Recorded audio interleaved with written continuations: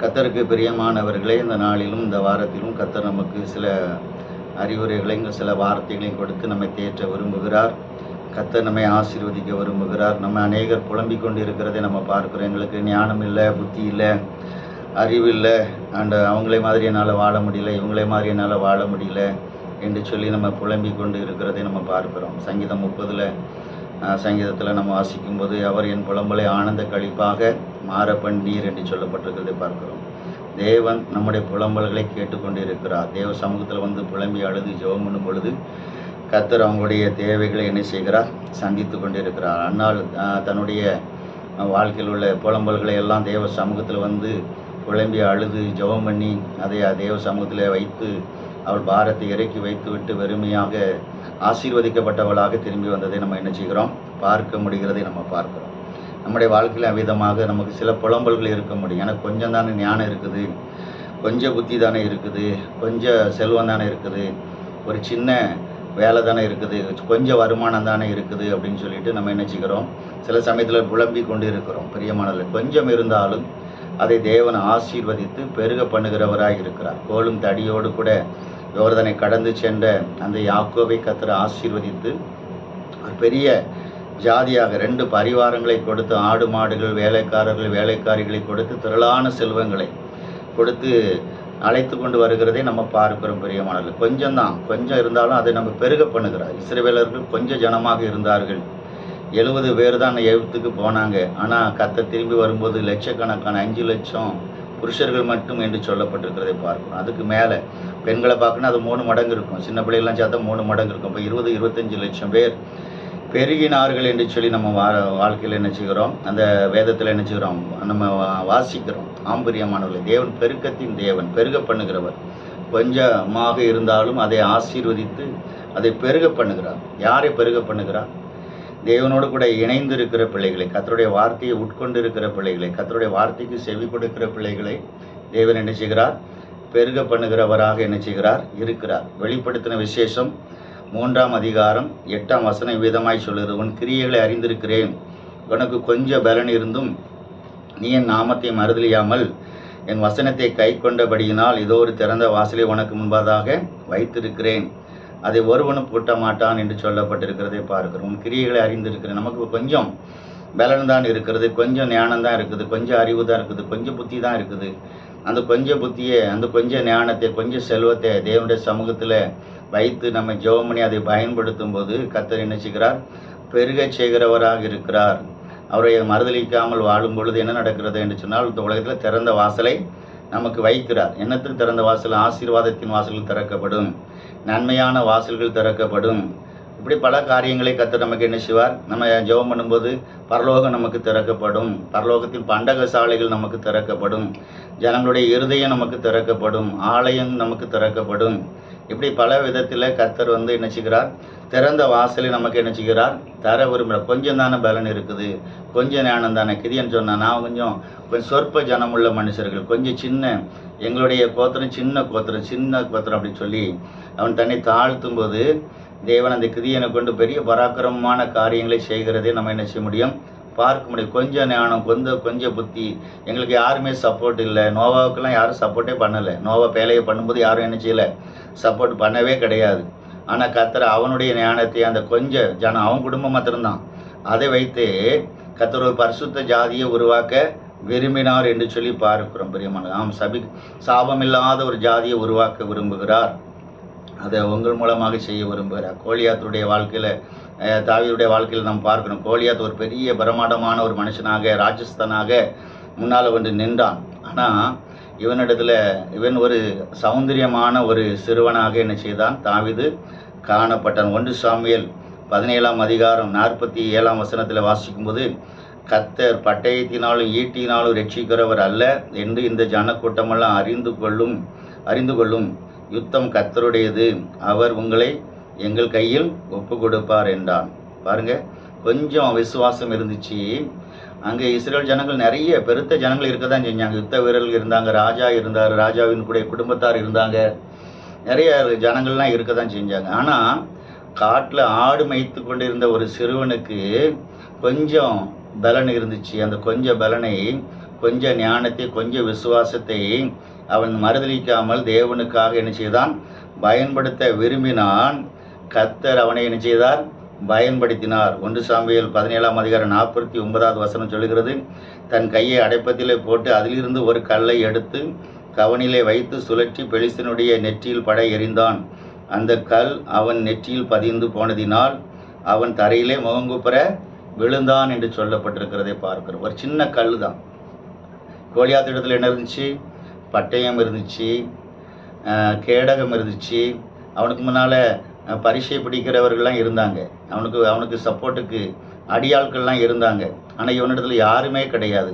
இவனை எல்லாரும் பயமுறுத்தினார்கள். உன்னால் முடியாது, கோலியாத்தை வீழ்த்த உன்னால் கூடாது, முடியாது, அவன் பெரிய யுத்த வீரன், உனக்கு அந்த அனுபவம் கிடையாது, இப்படிலாம் சொன்னாங்க. ஆனால் தேவனை சார்ந்து வாழுகிற பிள்ளைகளுக்கு விசேஷத்த ஞானத்தை கொடுக்கிறார். அனுபவம் இல்லாவிட்டாலும் அவர்களை என்ன செய்கிறார்? பயன்படுத்துகிறதை நம்ம என்ன செய்கிறோம்? பார்க்கிறோம். 1 சாமுவேல் 17ஆம் அதிகாரம் 50ஆம் வசனம் இவ்விதமாய் சொல்கிறது, இவ்விதமாக தாவீது ஒரு கவனினாலும் ஒரு கல்லினாலும் பெலிஸ்தீனை மேற்கொண்டு அவனை மடங்கடித்து அவனை கொன்று போட்டான். தாவீதின் கையில் பட்டயம் இல்லாது இருந்ததுன்னு சொல்லப்பட்டிருக்கிறது பாருங்கள். பட்டயமே கிடையாது. ஒரு பெரிய யுத்தத்துக்கு போகிறான், பட்டயம் இல்லை, கேடயம் கிடையாது. அப்போ பாருங்கள், இப்போ தன்னை பாதுகாத்து கொள்ளவும் ஒரு திராணியற்றவன், மற்றவங்களை எதிர்க்கிறவும் திராணியற்றவனாக இருந்தாலும் கூட தேவனுடைய வார்த்தைகளை நம்பி சென்றான். அதுதான் முக்கியம். தேவனுடைய வார்த்தைகளை நம்பி சென்றான். விசுவாசத்தை அவன் கனப்படுத்தி சென்றான். கர்த்தர் என் கூட இருக்கிறார், கர்த்தர் எனக்காக யுத்தம் செய்வார் என்று சொல்லுகிற அந்த வார்த்தையின்படி அவன் சென்றான். வேதமே அப்படி தான் சொல்லுது, சேனைகளின் கர்த்தர். சேனைகளின் என்னது? ஒரு படையின் தளபதி தேவன். நம்மை சூழ்ந்திலும் நிறைய தூதர்களை கர்த்தர் வச்சிருக்கிறார். நமக்கு விரோதமாய் சத்துரு வரும்போது கர்த்தரை நமக்காக யுத்தம் செய்வார் என்று சொல்லி வேதம் சொல்லுகிறது. அந்த விசுவாசத்தை நீங்கள் கடைபிடிக்கணும். நம்ம தனிமையாக கிடையாது. நம்ம சுற்றிலும் ஒரு பெரிய சேனையை கர்த்தர் என்ன செஞ்சிருக்கிறார்? வைத்திருக்கிறார் என்று சொல்லப்பட்டிருக்கிறது. அப்போ கொஞ்சம் தானே பலன் இருக்குது. எனக்கு ஞானம் கிடையாது, அனுபவம் இல்லை. பிரியமானவர்களை, இன்னைக்கு உங்களிடத்தில் இந்த வார்த்தையின் மூலமாக பேச விரும்புகிறார். உங்கள் மூலமாக பெரிய காரியங்களை கர்த்தர் என்ன செய்வார்? நடத்துவார். கோலியாத்துகளை வீழ்த்துவார். தேவ ஜனங்கள் சந்தோஷப்படுவதற்கு தடையாக இருக்கிற சூழ்நிலைகளை கர்த்தர் உங்கள் மூலமாக மாற்றுவார். தேவஜனம் விடுதலை அடைவதற்கு கர்த்தர் உங்களை பயன்படுத்துவார். தேவஜனம் ஆசீர்வதிக்கப்படுவதற்கு கர்த்தர் உங்களை என்ன செய்வார்? பயன்படுத்துவார். 1 ராஜாக்களின் புஸ்தகம் 17ஆம் அதிகாரம் 13ஆம் வசனம் விதமாய் சொல்லுகிறது, அப்பொழுது எலியா அவளை பார்த்து, பயப்படாதே, நீ போய் உன் வார்த்தையின்படி ஆயத்தப்படுத்து. ஆனாலும் முதல் அதிலே எனக்கு ஒரு சிறிய அடையை பண்ணி என்னிடத்தில் கொண்டு வா. பின்பு உனக்கும் உன் குமாரனுக்கும் என்ன செய்யலாம்? ஆகாரத்தை பண்ணலாம் என்று சொல்லுகிறதை நம்ம பார்க்கிறோம். அவள் என்ன கர்த்தர் ஒரு சாரிபாத் விதவின வீட்டுக்கு அனுப்புறேன், அங்கே போய் இரு, உனக்கு அங்கே ஆகாரம் நான் தருவேன்னு சொல்லியிருக்கிறாரு. ஆனால் போன இடத்துல வெறுமையாக்கப்பட்ட குடும்பமாக இருக்கிறது, கஷ்டப்பட்ட குடும்பமாக இருக்கிறது.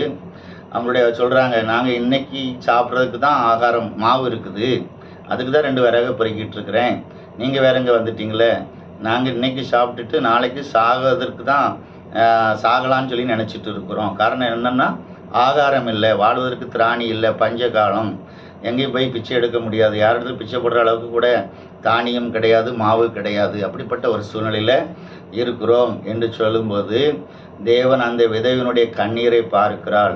அவளை போஷிக்க விரும்புகிறார். அவளை போஷிக்க விரும்புவதற்காக தன்னுடைய தாசனாகிய எலியாவை அங்கே என்ன செய்கிறார்? அனுப்புகிறார். உன்னிடத்தில் இருக்கிறத கொஞ்சம் எனக்கு தா அப்படின்னு சொல்லி கேட்கிறார். ஆம்பரியமா, நம்முடைய குறைவுகள் மாற வேண்டும் என்று சொன்னால் நம்ம குறைவுகளை தேவ சமூகத்தில் என்ன செய்யணும்? கொண்டு வைக்கணும். குறைவாக இருக்கிறத தேவ சமூகத்தில் வைக்கணும். நம்முடைய வருமானங்கள் குறைவாக இருக்குதா, அது தேவ சமூகத்தில் வைத்து ஜெபம் பண்ணுங்க, ஆண்டவரே இதை பெருக பண்ணுங்கப்பா என்று சொல்லி ஆசீர்வதித்து ஜெபம் பண்ணி பயன்படுத்துங்க. அது பெருகிட்டே இருக்கும். நம்முடைய ஒவ்வொரு காரியத்தையும் நம்ம அவர் தேவ சமூகத்தில் என்ன செய்யணும்? வைக்கணும். நம்முடைய ஞானத்தை வைக்கலாம். ஆண்டவர் கொஞ்சம் ஞானம் தான் என்கிட்ட இருக்குது, பெருக பண்ணுங்க. சாலமோன் அப்படி தான் ஜெபம் பண்ணான், ஆண்டவர் இந்த திரளான ஜனங்களை நியாயம் விசாரிக்க எனக்கு ஞானம் போதாது என்று சொன்ன பொழுது தேவன் ஞானத்தையும் கொடுத்தார், ஐஸ்வர்யத்தையும் கொடுத்தார் என்று சொல்லி வேதம் சொல்லி இருக்கிறதை பார்க்கணும். கொஞ்சம் தேவ சமூகத்தில் நம்ம கான்டாக்ட் பண்ணிக்கிட்டே இருக்கணும். அவரிடத்துல தொடர்பு பண்ணி ஐக்கியப்படுத்திக்கப்பட்டுக்கிட்டே இருந்தால் தான் நம்முடைய வாழ்க்கை செழிக்கும். பிரியமானவர்களே, பிரியமானவர்களே, அப்போ நம்முடைய வாழ்க்கையில் நம்ம என்ன பண்ணிகிட்டு இருக்கிறோம்? தேவனுக்கு கொடுப்பதற்கு நிறைய பேர் சொல்லுங்கன்ட்டு ஒன்றுமே இல்லை அப்படின்னு சொல்லுவாங்க. ஒன்றுமே இல்லை அப்படின்னு சொல்லுவாங்க. கொடுக்குறதுக்கு ஒன்றும் இல்லை. ஆசீர்வதிச்சவர் வாங்க, நல்லா வந்தவர் வாங்க, பிரச்சனை தீர்ந்தவர் வாங்க. பிரச்சனை தீர்ந்தவர் தேவன் எதுக்கு? பிரச்சனை இருக்கும்போது தான் கர்த்தர் தேவை, குறைவு இருக்கும்போது தான் கர்த்தர் தேவை, இருள் இருக்கும்போது தான் தேவன் தேவை, கஷ்டம் இருக்கும்போது தான் கடவுள் தேவை. பிரியமானவர்களே, நம்ம அந்த குறைவான நேரத்தை தேவ சமூகத்தில் போய் என்ன செய்யணும்? வைத்து ஜெபிக்கணும். இந்த குறைவை என்னை விட்டு நீக்குங்கப்பா, இந்த வேதனையை என்னை விட்டு நீக்குங்கப்பா அப்படின்னு சொல்லி நம்ம ஜெபம் பண்ணும் பொழுது தேவன் அந்த வேதனைகளை கர்த்தர் என்ன செய்கிறார்? மாற்றுகிறார். பாருங்களேன், இயேசு கிறிஸ்து வனாந்தரத்திலே பிரசங்கம் பண்ணிட்டு இருந்தார். 3 நாள் ஜனங்கள் அவர் பின்பற்றி இருந்தாங்க. ஆகாரம் கிடையாது. மார்க்கு 6ஆம் அதிகாரம் 41ஆம் வசனத்தில் பார்க்கும்போது எல்லாத்தையும் 50 பேராக உட்கார வைங்க, எல்லாருக்கும் ஆகாரம் கொடுக்குங்க அப்படின்னு சொல்லும்போது ஆகாரத்தை நம்ம தேடி பார்க்குறாங்க. 5 அப்பம் இருக்குது, 2 மீன் தான் இருக்குது, வேறு ஒன்றுமே கிடையாது. அதை ஒரு சிறுவனிடம் வச்சிருக்கிறான். சிறுவனிடத்துலேருந்து வாங்கி தேவனுடைய சமூகத்தில் என்ன செய்கிறாங்க? ஒப்படைக்கிறாங்க. கர்த்தர் அதை என்ன செய்கிறார்? மார்க் 6:11-41 அவர் அந்த 5 அப்பங்களையும் அந்த 2 மீன்களையும் எடுத்து வானத்தை அண்ணாந்து பார்த்து ஆசீர்வதித்து அப்பங்களை பெற்று அவர்களுக்கு பரிமாறும்படி தம்முடைய சீஷர்களிடத்தில் கொடுத்தார். அப்படியே 2 மீன்களையும் எல்லாருக்கும் பங்கிட்டார். எல்லாரும் சாப்பிட்டு திருப்தி அடைந்தார்கள் என்று சொல்லப்பட்டிருக்கிறதை பார்க்கும். திருப்தி அடைகிற அளவுக்கு ஆசீர்வாதம். அப்போ என்ன? தேவனுக்கு கொடுக்க வேண்டும் என்று சொல்லி தேவன் விரும்புகிறார். கொடுக்காத பிள்ளைகளுக்கு அந்த ஆசீர்வாதம் என்ன செய்யாது? வராது. நம்ம இன்றைக்கி ஐஸ்வர்யவானாக மாறணும்னா வேறு வழியே கிடையாது. கொடுத்தா தான் ஆசீர்வாதம். கொடுங்கள், அப்பொழுது உங்களுக்கு கொடுக்கப்படும். நீங்கள் எப்படி விதைக்கிறீங்களோ அப்படி தான் அறுவடை பண்ணுவீங்க. தேவனோடு கூட இசைஞ்சிருந்தால் நல்ல நிலத்தை உங்களுக்கு காமிப்பார். நல்ல நிலத்தில் என்ன செய்வீங்க? விதைப்பீங்க. சாத்தானோடு கூட செஞ்சு போயிருந்தோம்னா முள்ளுள்ள இடத்த சாத்தான் காமிப்பான். அங்கே போய் விதைப்பீங்க, அது முள் நெருக்கி ஒன்றும் இல்லாமல் ஆக்கி போட்டுருவோம். அதனால் தேவனோடு கூட இணைந்து நல்ல நிலத்தை கர்த்தர் காண்பிப்பார். இந்த நல்ல நிலம்லாம் நிறைய இடத்துல மறைக்கப்பட்டிருக்கிறோம். யாருக்கு வெளிப்படுத்தப்படும்னா கர்த்தருக்கு பயப்படுகிற பிள்ளைகளுக்கு தான் தேவன் வெளிப்படுத்துகிறார். சங்கீதத்தில் நீங்கள் வாசிக்க முடியும். சங்கீதத்தில் 25ஆம் சங்கீதம்னு நினைக்கிறேன். அதில் கர்த்தருக்கு பயப்படுகிறவர்களுக்கு தம்முடைய ரகசியத்தை வெளிப்படுத்துகிறார். 12லையும் இருக்குது, 14லையும் இருக்குது.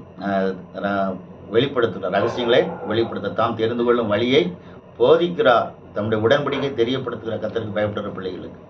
இது நிறைய பேருக்கு மறைக்கப்பட்டிருக்கிறது. அவங்க முள்ளுள்ள இடத்துல போய் விதைப்பாங்க, கற்பாறையில் போய் விதைச்சிட்டு இருப்பாங்க. நாங்கள் தான் உழைக்கிறோமே, நாங்கள் தான் ஜெயம் எடுக்கிறோம், நாங்கள் தான் எல்லாமே செய்கிறோமே, உங்களை மாதிரி தான் நாங்கள் செய்கிறோம், ஆனால் ஒன்றும் முளைக்கலையே, 100 மடங்கு ஆசீர்வாதம் இல்லையே.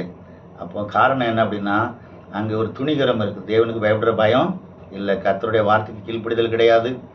கர்த்தருடைய காரியத்தில் கலந்து கொள்வது கிடையாது. கர்த்தருடைய நாமத்தை மகிமைப்படுத்துவது கிடையாது. இஷ்டப்படி என்ன செய்கிறாங்க?